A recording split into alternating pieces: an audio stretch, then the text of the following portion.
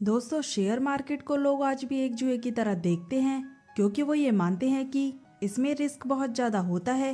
वैसे ये बात काफी हद तक ठीक भी है, पर रिस्क तो एक बाइक चलाने वाले को भी होता है। लेकिन फिर भी हम अपनी बाइक को हजारों ट्रैफिक के बीच में भी बहुत आसानी से चला पाते हैं, क्योंकि बाइक को हम चलाना सीख लेते हैं। बिना सीखे अगर आप बाइक को रोड पर लेकर निकल गए तो 100% चांसेस है कि एक्सीडेंट होगा ही। ठीक इसी तरह हर वो काम जिसकी आपको जरा भी नॉलेज नहीं है, उसमें हमेशा ही आपके लिए रिस्क बना रहेगा। और यही सेम केस शेयर मार्केट का भी है। बिना इसके बारे में जाने अगर आप यहाँ पर बहुत सारा पैसा इन्वेस्ट कर देते हैं तो 90% चांसेस है कि आपका पैसा वहाँ पर जरूर डूबेगा। तो दोस्तों, इसीलिए आज मैं आपके साथ शेयर मार्केट की एक कंप्लीट बेसिक इन्फॉर्मेशन शेयर करने वाली हूँ, जिससे कि आप ये जान पाओगे कि शेयर मार्केट एक्चुअल में होती क्या है, ये किस तरह काम करती है और हम यहाँ पर अपना पैसा कैसे इन्वेस्ट कर सकते हैं। तो देखिए, शेयर मार्केट, इक्विटी मार्केट या फिर स्टॉक मार्केट, इन तीनों का ही सेम मतलब होता है। यहाँ पर आप किसी भी कंपनी के शेयर खरीद या बेच सकते हैं। जैसे कि मान लीजिए मेरी एक लैपटॉप की कंपनी है। अब इस कंपनी को मैं बहुत बड़े लेवल पर ले जाना चाहती हूँ, ताकि मेरी ये कंपनी और ज्यादा ग्रो हो सके।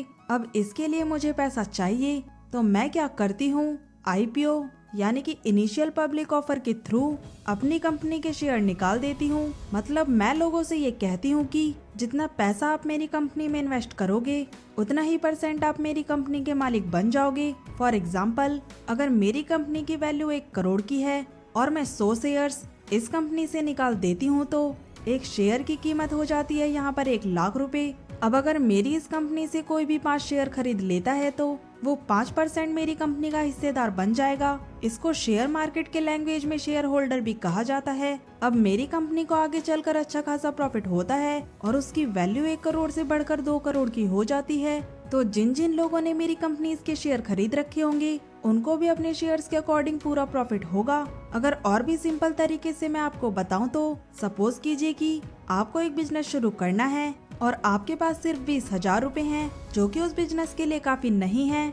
अब आप अपने फ्रेंड्स के पास जाते हैं और उनसे कहते हैं कि भाई मेरी इस कंपनी में 20,000 रुपए लगाओ और 50-50 के मेरे साथ पार्टनर बन जाओ। आपका फ्रेंड आपकी बात मानकर 20,000 रुपए उस बिजनेस में लगा देता है, तो यहाँ पर उसकी 50-50 की पार्टनरशिप हो जाती है। अब अगर आपका बिजनेस चल पड़ता है तो इसमें प्रॉफिट दोनों का ही होगा, और अगर बिजनेस ठप पड़ जाता है तो नुकसान भी दोनों का ही होगा। ठीक यही चीज एक बहुत बड़े लेवल पर भी की जाती है, जिसको कहा जाता है शेयर मार्केट। वैसे ये तो सिर्फ 1-2 एग्जाम्पल ही थे, जिनके थ्रू मैंने आपको ये बताया कि शेयर मार्केट आखिर होती क्या है। क्योंकि बड़ी बड़ी जितनी भी कंपनीज होती हैं, उनके शेयर्स की संख्या 50 या 100 में नहीं, बल्कि लाखों करोड़ों में होती है। जैसे कि रिलायंस केस में ही देखे तो यहाँ पर टोटल शेयर्स की संख्या अप्रोक्स 310 करोड़ की है, और उसमें हर एक शेयर की कीमत 20 अप्रैल 2021 के अकॉर्डिंग 1905 रुपए है। यानी कि अगर आपको रिलायंस कंपनी में 1% का मालिक भी बनना है तो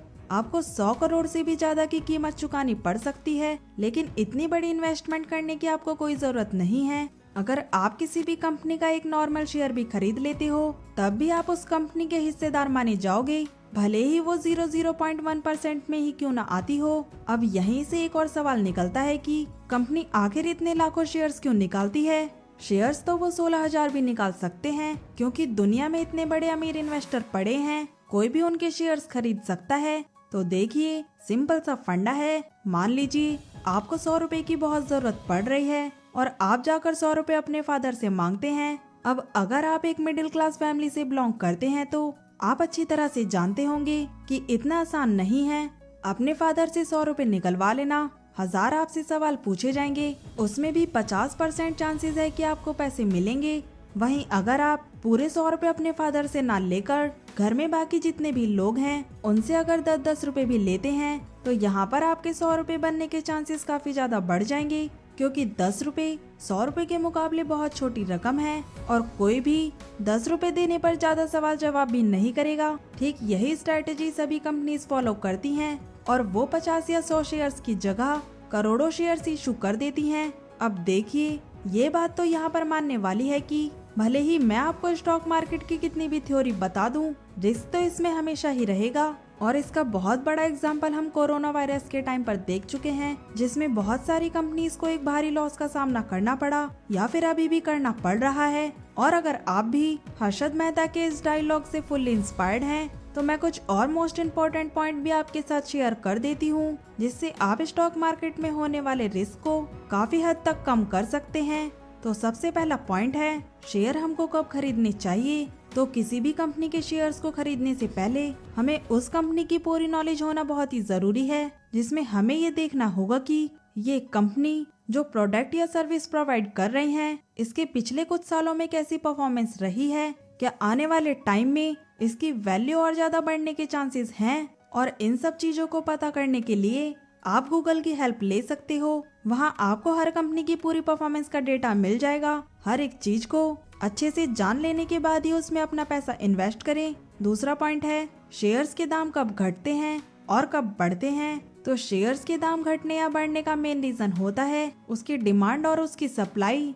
अगर एग्जाम्पल के थ्रू मैं आपको बताऊं तो अभी कुछ टाइम पहले हमने ये देखा था कि प्याज के रेट एकदम से बहुत ज्यादा बढ़ गए थे, क्योंकि पीछे से उसकी सप्लाई कम थी लेकिन खरीदने वाले बहुत ज्यादा थे। अब खरीदने वाले ज्यादा होंगे तो उसकी डिमांड भी ज्यादा होगी, और अगर डिमांड ज्यादा होगी तो ऑब्वियस सी बात है कि रेट भी इंक्रीज होंगे। एंड सेम यही चीज स्टॉक मार्केट में भी होती है। लोगों को जब ये लगेगा कि पर्टिकुलर कंपनी आगे चलकर बहुत ज्यादा ग्रो करने वाली है और इसी की वजह से शेयर के दाम इंक्रीज हो जाएंगे, वहीं अगर दूसरी तरफ कोई कंपनी लॉस में जा रही है तो लोग इस कंपनी का शेयर बिल्कुल ना के बराबर खरीदते हैं, जिसका नतीजा ये होता है कि उस कंपनी का शेयर दिन पर दिन डाउन होता चला जाता है। तीसरा सबसे इम्पोर्टेंट पॉइंट है, कितना पैसा हमें शेयर मार्केट में इन्वेस्ट करना चाहिए। तो ये डिपेंड करता है आपकी एज और आपकी फाइनेंशियल कंडीशन पर।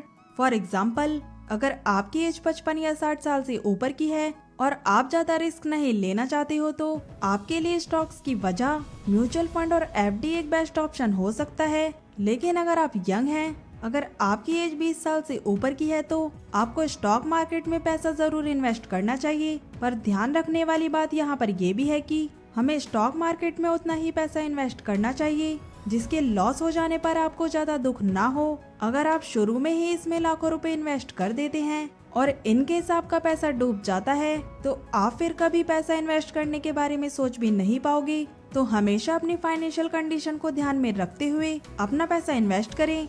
और लास्ट पॉइंट है हमारा, स्टॉक मार्केट में हम अपना पैसा कैसे इन्वेस्ट करें। तो इसके लिए मेनली आपको एक डीमेट अकाउंट की जरूरत पड़ेगी। डीमेट अकाउंट का मतलब आप कुछ यूँ समझ सकते हैं कि जिस तरह आपके बैंक में आपके पैसे रखे हुए होते हैं, उसी तरह आपके डीमेट अकाउंट में आपके शेयर्स रखे जाते हैं। और डीमेट अकाउंट आप किसी भी बैंक के थ्रू खुलवा सकते हैं या फिर आप घर बैठे भी ओपन कर सकते हैं। डिस्क्रिप्शन में दिए गए लिंक पर क्लिक करके और स्टॉक मार्केट में आप अपना पैसा इन्वेस्ट कर सकते हैं। दोस्तों, स्टॉक मार्केट खुद में ही एक बहुत बड़ा टॉपिक है। जितनी ज्यादा नॉलेज आप इसके रिगार्डिंग लेते रहेंगे, उतना ही आपके पैसे डूबने के चांसेस कम हो जाएंगे।